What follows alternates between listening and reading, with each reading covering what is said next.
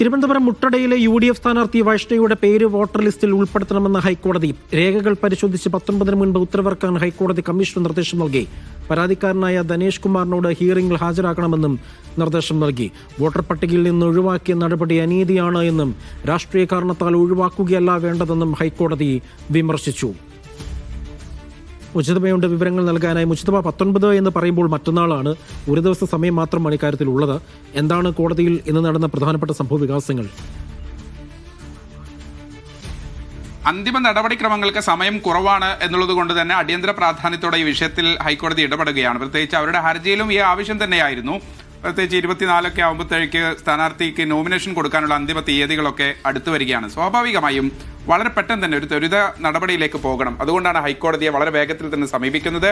ആ വിഷയത്തിൽ ഹൈക്കോടതി ഒരു ഇടക്കാല ഉത്തരവിറക്കിയിരിക്കുന്നു. അതായത് സംസ്ഥാന തെരഞ്ഞെടുപ്പ് കമ്മീഷനോട് ഇവരെ വോട്ടർ പട്ടികയിൽ ഉൾപ്പെടുത്തുക എന്നുള്ളതാണ് ഏറ്റവും പ്രധാനം. അതായത് 24 വയസ്സുള്ള ഒരു പെൺകുട്ടി, അവർക്ക് ഇത്തരത്തിലുള്ള അവരുടെ അവകാശം വിനിയോഗിക്കാൻ അവരെ മാറ്റി നിർത്തുകയല്ല വേണ്ടത്, സാങ്കേതിക കാരണം പറഞ്ഞ് അവരെ മാറ്റി നിർത്തുകയല്ല വേണ്ടത് എന്ന് കൃത്യമായി ഹൈക്കോടതി ഒരു താക്കീത് പോലെ അല്ലെങ്കിൽ ഒരു ഗൈഡൻസ് പോലെ കൃത്യമായി തെരഞ്ഞെടുപ്പ് കമ്മീഷനോട് നിർദ്ദേശിക്കുന്നുണ്ട്. ഒപ്പം തന്നെ അവിടുത്തെ ഹിയറിംഗ് അതോറിറ്റി ആയിട്ടുള്ള ജില്ലാ തെരഞ്ഞെടുപ്പ് ഓഫീസർ നാളെ ഈ വിഷയത്തിൽ വീണ്ടും ഒരു ഹിയറിംഗ് നടത്തണം. ആ ഹിയറിംഗിൽ ഇവർ വൈഷ്ണവ് ഇപ്പോൾ ഹാജരാക്കിയിട്ടുള്ള പുതിയ ഡോക്യുമെന്റ്സ് പരിശോധിച്ച്, അല്ലെങ്കിൽ അവർ അവിടെ തന്നെ സ്ഥിരതാമസക്കാരാണ് എന്ന് പറയുന്ന ആ ഡോക്യുമെന്റ്സ് പരിശോധിച്ച് ഒരു പുതിയ തീരുമാനമെടുക്കണം. ആ ഉത്തരവ് മറ്റന്നാൾ പുറത്തിറക്കുകയും വേണം. നാളെ കൃത്യമായി ഹിയറിംഗ്, രണ്ടു കൂട്ടരും ഹിയറിംഗിന് വരികയും വേണം. ഇപ്പോൾ ആക്ഷേപം ഉന്നയിച്ചിരിക്കുന്ന ഇവിടുത്തെ LDFന്റെ CPM ആണോ CPI ആണോ എന്ന് വ്യക്തമല്ല. പക്ഷേ ആ ധനീഷ് കുമാർ എന്ന് പറയുന്ന അവിടുത്തെ പ്രാദേശിക നേതാവ്, അവരും ഹാജരാകണം. അവർക്ക് പറയാനുള്ള എതിർപ്പുകൾ രേഖകൾ സഹിതം, തെളിവുകൾ സഹിതം, കൃത്യമായ കാര്യകാരണ സഹിതം ബോധിപ്പിക്കണം. അതിനെ എതിർത്തുകൊണ്ട് വൈഷ്ണക്ക് പറയാനുള്ള കാര്യങ്ങളും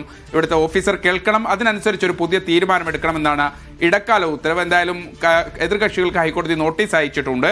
ഈ വിഷയം അന്തിമ തീർപ്പാക്കിയിട്ടുള്ള ഒരു ഇടക്കാല ഉത്തരവാണ്. കാര്യം വിഷയത്തിന്റെ അടിയന്തര പ്രാധാന്യം അനുസരിച്ച് നാളെ തന്നെ ഹിയറിംഗ് നടത്തണം. 18-ന് ഹിയറിംഗ് നടത്തണം.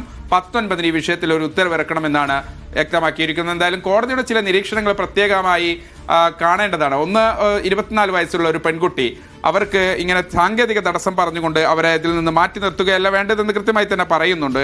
ഒപ്പം തന്നെ കോടതി പറയുന്നത് വോട്ടർ പട്ടികയിൽ ഉൾപ്പെടുത്താനുള്ള നടപടികളാണ് തെരഞ്ഞെടുപ്പ് കമ്മീഷൻ സ്വീകരിക്കേണ്ടത്. ഒരാൾ മത്സരിക്കാൻ ഇറങ്ങിയാൽ, സ്ഥാനാർത്ഥി പ്രഖ്യാപിച്ചാൽ അവരെ അപ്പാടെ വെട്ടിക്കളയുക എന്നുള്ളൊരു സമീപനം അത് പാടില്ല. അതൊരു രാഷ്ട്രീയ വൈര്യത്തിന്റെ പേരിൽ, രാഷ്ട്രീയ കാരണത്തിന്റെ പേരിൽ അത്തരം സമീപനം സ്വീകരിക്കരുതെന്ന് കോടതി വാക്കാലുള്ള ചില നിരീക്ഷണങ്ങളുടെ ഭാഗമായി കൂടി പറഞ്ഞിട്ടുണ്ട്. അജി.